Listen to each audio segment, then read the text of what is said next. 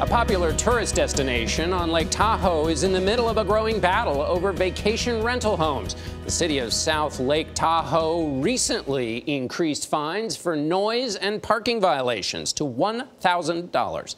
It is part of an effort to address the dramatic increase in vacation homes available on internet rental sites. Carter Evans reports from the mountain town along the California-Nevada border.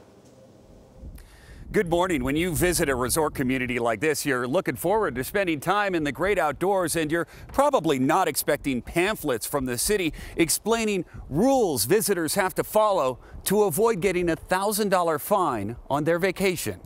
Surrounded by the Sierra Nevada, Lake Tahoe is an alpine paradise that attracts nearly 3 million visitors each year.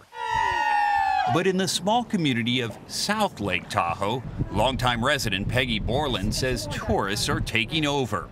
What has changed the game up here? Well, the internet and these vacation platforms. There are 1,800 rental properties in this small city.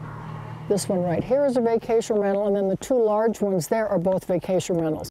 Borland says it's changing the community, and she'd like to ban rentals altogether in residential areas. When a tourist comes here, they anticipate they can do whatever they want to do, and they want to be in a hot tub late at night, or they want to, have friends over and all these things. It's just not compatible with our residential neighborhoods. The city changed its ordinance after neighbors raised concerns. It now fines both the vacation home owner and the renter $1,000 each for things like parking on the street at any time, having too many house guests, or getting into the hot tub after 10 p.m. This new ordinance doesn't make any sense whatsoever. It's totally punitive and totally unfair. Silicon Valley entrepreneur Jonathan Miller says his Tahoe rental home is part of his retirement plan. Imagine if you come to Tahoe here, suddenly somebody parks for a minute on the street, they get a $1,000 fine. How are they going to feel about that? Okay, they're going to hate Tahoe, they're going to hate California, they're never coming back here again. Here is our beautiful hot tub. He's received 2 fines, and under the city's updated rules, if he gets one more ticket, he'll be banned from renting his home for life. I don't want to feel like I'm unwelcome. I mean, that doesn't make any sense at all. I'm contributing to the city's economy. Why am I being punished for that? Why that large a number? They need to have strong fines so that we can ensure the peace and tranquility of our neighbors. Mayor Wendy David says she's trying to strike a balance within this tourism community. The city relies on vacation rentals for $3 million in taxes.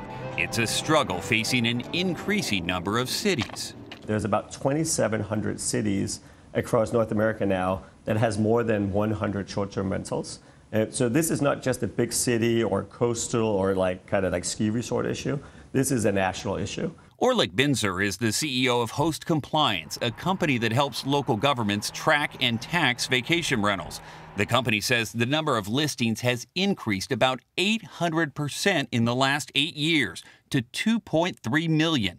Cities like New Orleans, Nashville, and Palm Springs are engaged in similar fights over whether rentals should be allowed. So you don't think these fines are the solution?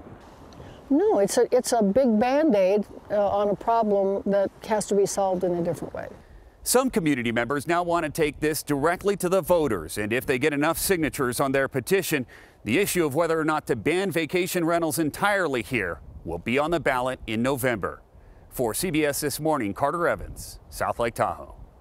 I'm feeling a little womp womp, Debbie Downer. I mean, if I didn't know better, I would think they don't want vacation people there. A time limit on the hot tub, everybody knows all the good stuff happens in the hot tub after 10 p.m. Everybody knows that. We're all adults in the room. I don't know that at all. I can't remember. I can't remember. Well, here's the thing, and $1,000 for parking? No. Also, if you're on the internet trying to pick your vacation home for the summer, figure that out before you go and it becomes $1,000 more expensive than you guessed. John Dickerson, stop the Schoolboy Act. You know a good hot tub.